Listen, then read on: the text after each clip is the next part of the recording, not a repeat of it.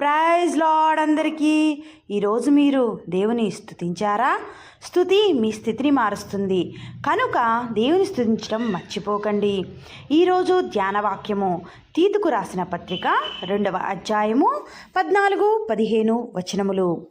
ఆయన సమస్తమైన దుర్నీతి నుండి మనలను విమోచించి సత్క్రియలందు ఆసక్తి గల ప్రజలను తన కొసరము పవిత్రపరచుకొని తన సొత్తుగా చేసుకొనుటకు తన్ను తానే మన కొరకు అర్పించుకొనెను. వీటిని గూర్చి బోధించుచు హెచ్చరించుచు సంపూర్ణ అధికారముతో దుర్బోధను ఖండించుచు నుండుము. నిన్నెవరిని తృణీకరింపనీయకుము.